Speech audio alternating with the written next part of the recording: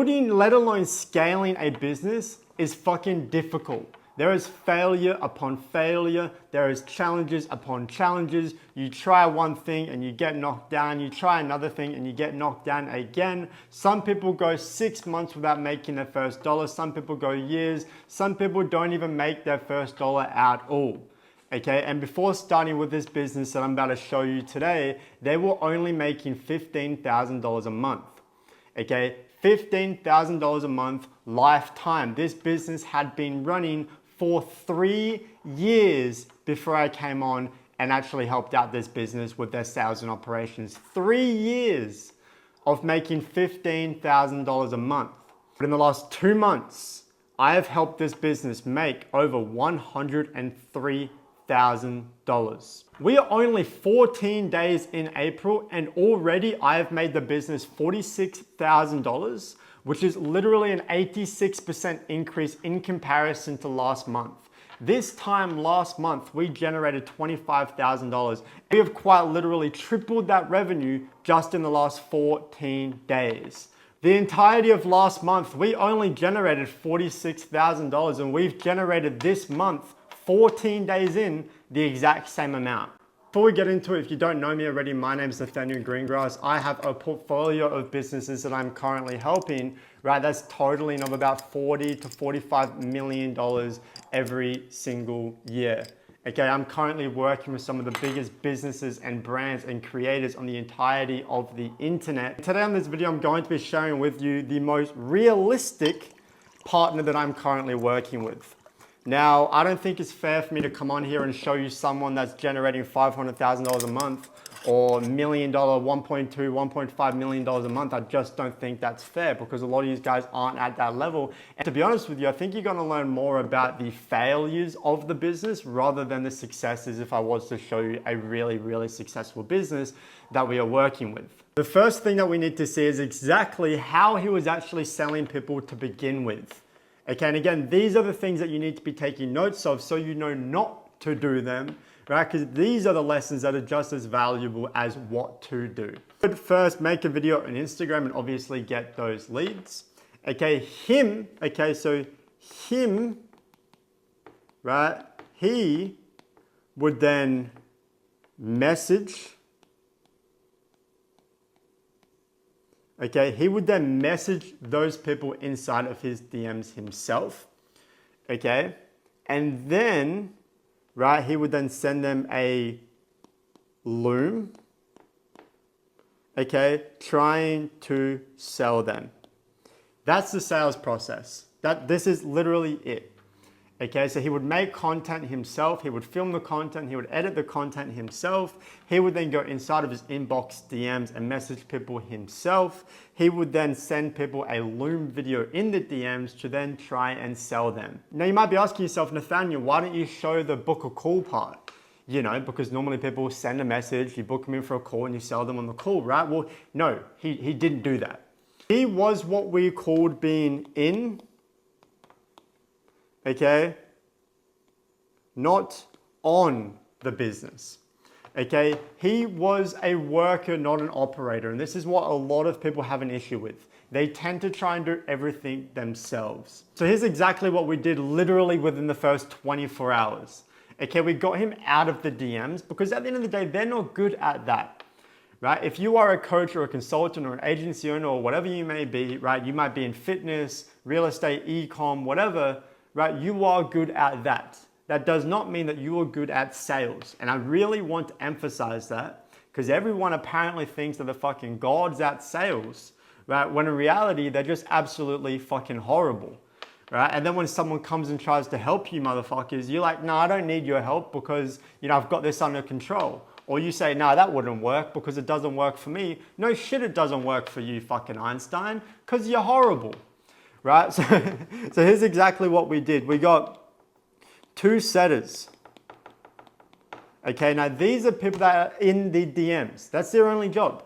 Okay, their only job is to be in the DMs. And the difference is, right, this was, let's say, a fitness coach. This is a appointment setter. Okay, you want to know the difference? The fitness coach is ripped, right? They've got experience in the fitness. The DM setters have made hundreds of thousands of dollars or millions of dollars, the people that we hire for appointment setters, doing what they're doing, right? Guess what that means? They are better at that job than you are. Just because you own the brand, that does not mean you are good at selling the brand. Okay, so we first got 2 appointment setters in the DMs and we completely removed him from that process. Now we did what you're probably wondering, right? We got 2 closers. But Nathaniel, he wasn't taking phone calls. You said he was doing the loom. Yeah, we got rid of that. Okay, so now the process is content, DMs with the appointment setter. We qualify in the DMs, then the appointment setter books them on for a call if they're qualified, and then the closer takes the call. You have to realize that we're in 2025 where everyone is selling the same service as you. Okay, so try and think about, okay, you might be talking to someone that is interested in your services, but that person is probably being pitched by another 5 or 10 different people. You need to remember that people are in their position currently because of them. Okay, so if they don't want to initially get onto a call, or you think that they don't need to get onto a call, you can just talk them into the DMs, you're absolutely delusional. If you are selling a service, the chances are you are selling a service to someone that needs that service. And if they need that service, chances are that they are, again, crippled in that specific thing. Meaning that they might have mindset issues, meaning that they might have trust issues. Maybe they've been scammed before. Maybe they've got a massive ego and they think that they don't need you. Right? Everyone has fucking problems, right? And the only way to actually get through those problems is on a call. The person that you're currently trying to sell to is probably more likely being pitched by 10 other people about the exact same service. Okay, so you need to get them onto the phone as quick as you can and then put people on those calls that are actually good at taking those calls. And then that's when you're actually going to start making sales. And that's when you can actually remove yourself from the business. That's how you go from being in the business to on the business, being an operator, being a business owner. Now, after we made those key hires for the appointment setter and the closer, we then started to set up automations. Now we set up a couple automations, very specific automations with every single business that we join. The first one is every time someone books a call. Okay, every single time someone books a call, we instantly get an automation message into our channel saying the date, the time, the name, and the closer that is going to be on that call. We have canceled calls. So if someone cancels the call prior to the call actually happening, we again get an instant notification. If there is a successful payment, okay, every single time there is a successful payment, we get an automation and a message straight away telling us the name of the person, what time, what date, how much it was, and the actual card that they used. Now, this is really good data to have, and this is the little shit that we focus on, which is why we are so successful. You are in sales, running a business, or whatever it may be, you have probably experienced sending a payment link to someone and it not working. A lot of people tend to blame it on that person, but I've realized that it's actually a lot of the times either the bank's fault or the card's fault. Right? For example, I'm in Australia, so if you give me a 10K payment link, that shit's gonna go through instantly. If I give you a payment link in the US and you are with fucking Bank of the United States of America, right, that shit's gonna fail. Right? It fails every single time. You get codes on your phones, the bank thinks that you're being hacked. What we do in the automation is we see what bank and what card they have. That way we know that, okay, this one is reliable, this one is not. We also have an application link, which means that every single time someone fills out the application form, we get their name, their date. We get so much information on that person. That way the closer can be prepared for the call. So within the first 24 hours, we have completely removed him from the business. We have all automations set up in the Slack channel and Zapier. Okay, we have 2 appointment setters and 2 closers, again, in the DMs and taking those phone calls. And while this is all happening, a sales manager is going to be training those sales reps. Okay, so I'm setting up all the automations. My CSO is setting up all the backends, SOPs, systems, and everything like that. And then my sales manager is actually training the sales rep. Within the first 24 hours, we have basically done more in that time than what most do in weeks or months within the same process. Okay, this is why we get these results so quickly. Now let's play a little bit of a quiz. What is one thing that people should do if they want to make a lot more money in their business? They should raise their prices. Now, most people don't do this, and they always come up with the reason of, I think the price is good.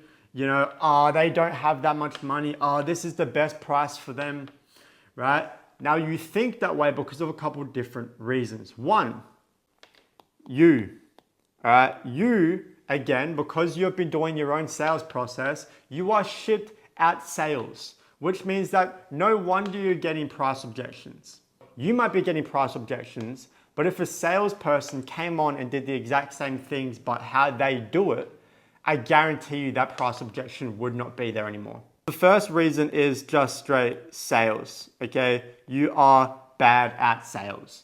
But I wanna go a little bit deeper, okay? Another reason which I've found is because, right, we think that everyone is us, okay? The chances are that you probably didn't grow up with a lot of money.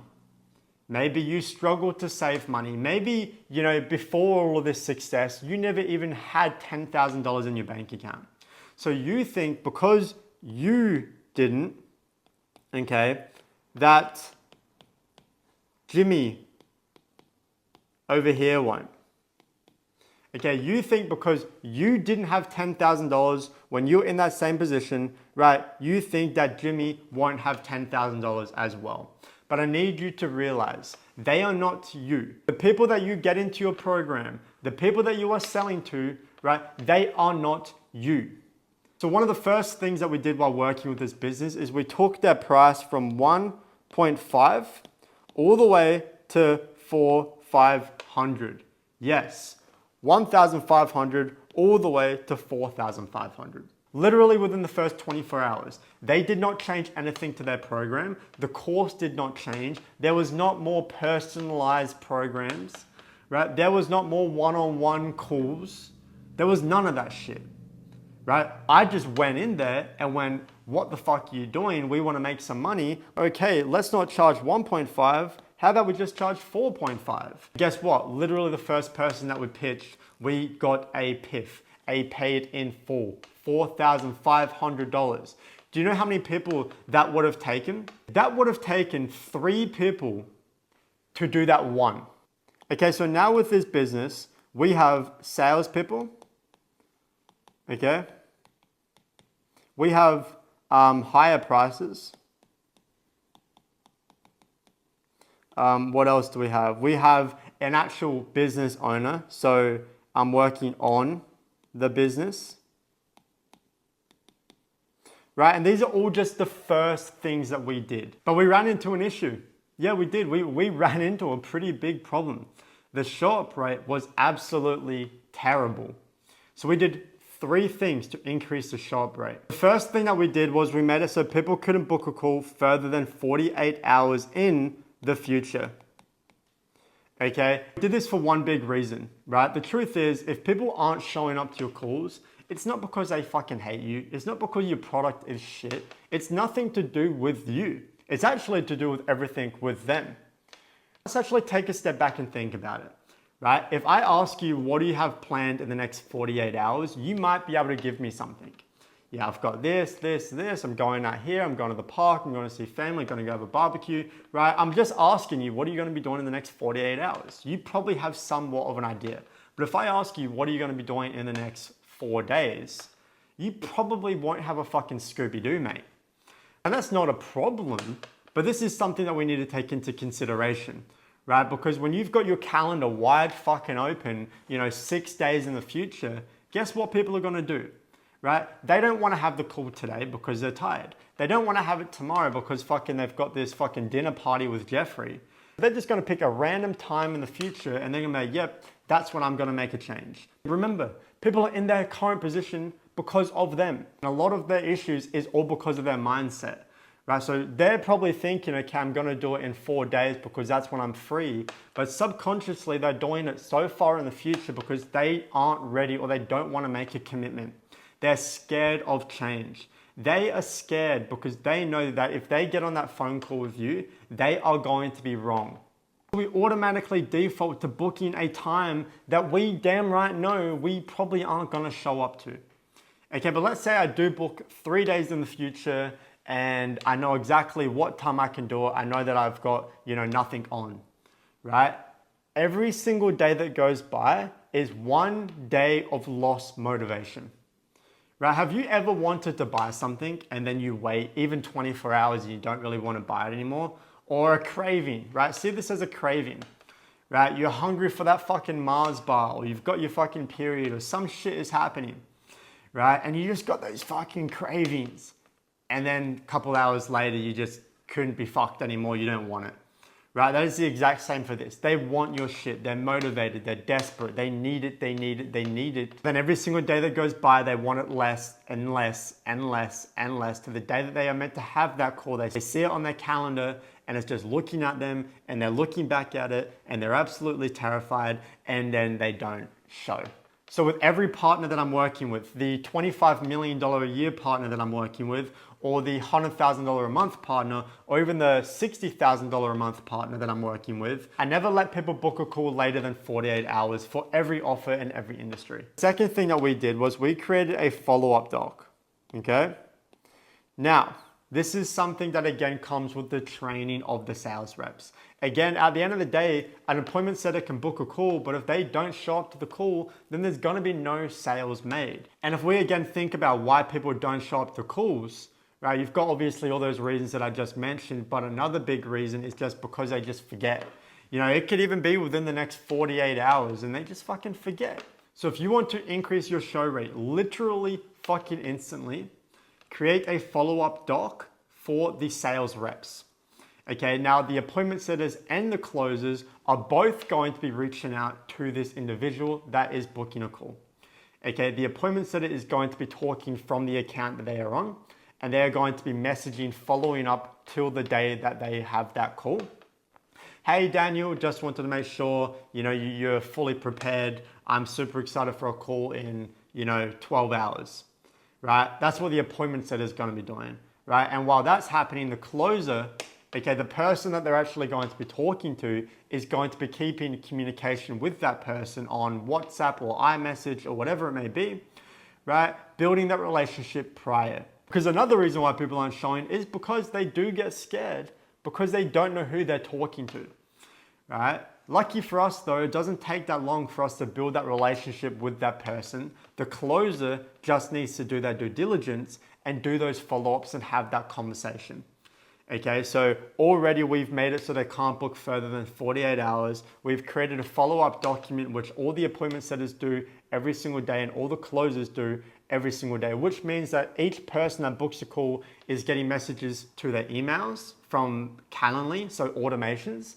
They're getting automations sent from Calendly to their DMs, okay, so their actual inbox. Closers are messaging their WhatsApp, and the appointment setters are messaging their inbox on Instagram, right? So they're being hit from about 4 to 5 different places at the exact same time. It becomes impossible for them to forget. The third thing that we did was we hired a quick responder.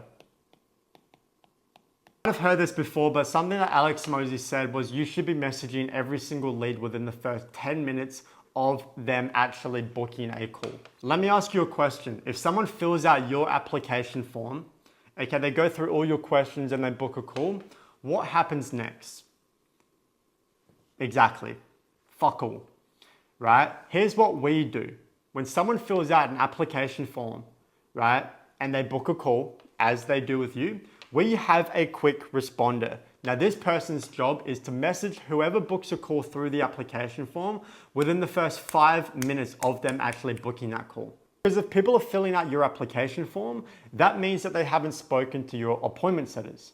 Because an appointment setter books a call straight from the DMs. They don't give them an application. The chances are you've got an application form on your website landing page or your Instagram bio, which means that all the people that go through that are so cold. There is no relationship built, there's no connection. The person that filled it out probably has a million questions to ask, right? But they've just booked a call. What we do is we have a quick responder to message this person or call this person, depending on the offer, within the first 5 minutes of them actually booking. and we say something like, hey, Daniel, I noticed that you booked for XYZ time. We're super excited. Here's a couple resources, but just for our own due diligence, is there any questions that you might have prior to the call? Bang. Okay, now within the first 5 minutes, every single person that fills out your application form is being messaged, okay, which again is going to increase your show up rate. Because I can guarantee it, if you track your data, which you should, okay, if you look at who fills out your application to who's being booked in through the DMs, and you kind of see where are the no-shows happening, I promise you all of your no-shows are happening from your application form. But if you implement the quick responder, I can absolutely guarantee you that you're gonna get a lot more shows. Just by implementing these 3 things, our show up rate actually increased by 73%.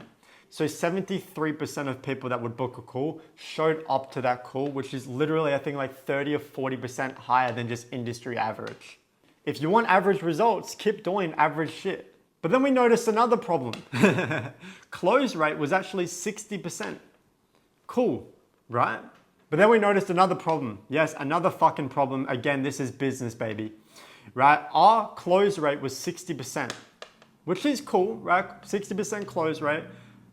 But value of each call was only a couple $100. The actual cash collected on each call and the actual value of each call is just a couple $100. So what I did was I created an image, and this image said 1 through 10.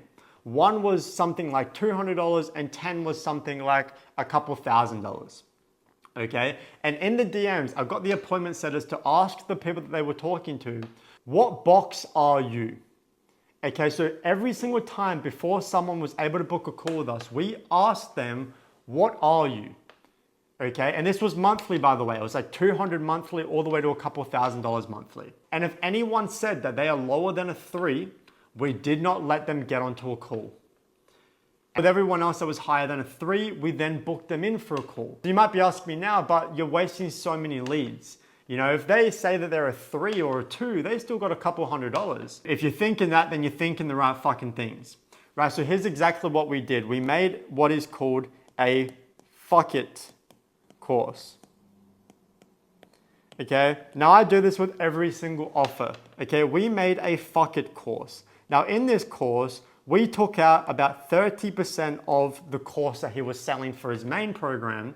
So this could be, let's say 10 videos, and there is maybe 8 hours of content, right? We made a separate course. We took those 8 hours of content, so we just duplicate the videos. Okay, you're not making anything new. There is no one-on-one calls, personalization, meal plans, none of that bullshit. Right, we take 8 hours of calls, we put it in the other course. Now we have what is called a fuck it course. Okay, what is the fuck it course, Nathaniel? That's a good question. The fuck it course is basically a program that we get everyone into that is underqualified. So this is people that have $5 to $300. What I'm trying to say is we do not have a set price on this course. I was actually speaking to someone very recently, and they said that they were making a downsell. Right, and they said, yeah, this downsell is going to be $200. Well, what about the people that have 150? Or what about the people that have 300? If I'm charging $5,000, if they've only got 800, they're probably unqualified. So if you make a downsell that's only $300, what if they've got more? What if they've got less? Everyone loves to talk a big game that they want to help people, but when it actually comes to it, they get greedy and they don't. There are literally some people that are only going to have $5. Right? And you're not going to collect that money on the phone, are you?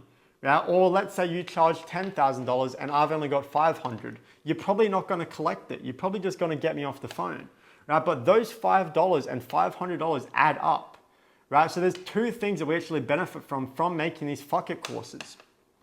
1, we make more money. Right? I don't know about you, but I'm pretty happy if I get an extra $5. That's going to pay for dog food. Right? For my little boy over there, Diesel. Right? Diesel the Weasel, right? My little dog, right? But it's also going to allow you to be able to help someone. And what this does is it gives you good credit, okay? When you help someone, they're going to feel like they're indebted to you. Okay, and again, this is a downsell.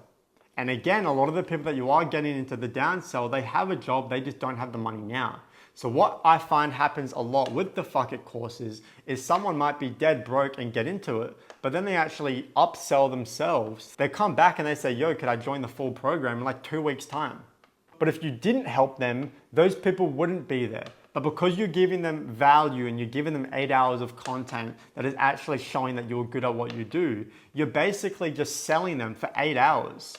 And anyone that is being sold constantly for 8 hours is gonna buy some shit. Now that we had this Fuck It course, anyone that said that they had $100 or $200 or $400 or $500, our appointment setters are then going to actually close them in the DMs, right? Meaning that they make more money, right? And the closer doesn't have to waste their time, right? Which means that every single book call is actually qualified. Now this took our cost per call up to $1.6 thousand. It went from about $200, okay, per value of call, right, to about $1.5, $1.6 thousand, which means that every single call that we have, so let's say we have 50 calls on the calendar, every single call is valued at $1.6 thousand. That is our average of cash collected with all the calls sort of combined. And if we kind of divvy it out, right, it's $1.5, $1.6 thousand valued of every single call. Now you can get this statistic just by going into ChatGPT and saying, okay, I charged $5,000. I made $35,000 this week. I had 15 calls, 30 people didn't show, 5 people did show. What is the value of my calls? And it will tell you what your value per call is. A recap of the first month, we did $46,000. Okay, so we went from $15,000 that he was making every single month. That was his highest month, 15K. Right, his average was like $10,000, $11,000 to literally the first month. While building out everything, we still managed to make $46,000. And within that month, we hired 2 appointment setters, 2 closers. We fixed the shop rate, right? So we increased the show up rate to over 60%. We trained the appointment setters to be able to send this image within the DMs. We created SOPs for the follow-ups. We also created SOPs, so documents for the salespeople so they understand how to actually pitch people in the DMs with that image. By creating that image, it allowed us to filter a lot more people, so everyone on the call was actually qualified. Because earlier on we increased price from $1,500 to $4,500, our value per call was about $1.5, $1.6 thousand prior to $300. So if you're still watching this and you know that you could be making a lot more money within your business, right? And you want to go from 50 to 100, 100 to 200, 300 to 500, 500 to $1 million a month, right? There is an application form in the description. I will see if you are a good fit, because to be honest with you, we are absolutely chockers at the moment in terms of people that are wanting to work with us. Right, we are working with an agency that's doing about $8 million a month. We have just signed a business that's doing $25 million a month. And this business has worked with people like Iman Ghazi, Dior, Logan Paul, Anthony Joshua, etc. We are also working with big Ecom guys. We are working with the biggest fitness coach, CoachBluee. Right, we are working with some of the biggest people. Again, if you really want to scale, right, fill out the application form in the description of the video, and I'll have a look and see if it's something that could be a good fit. I'll catch you guys in the next video, make a lot of money and change a lot of lives.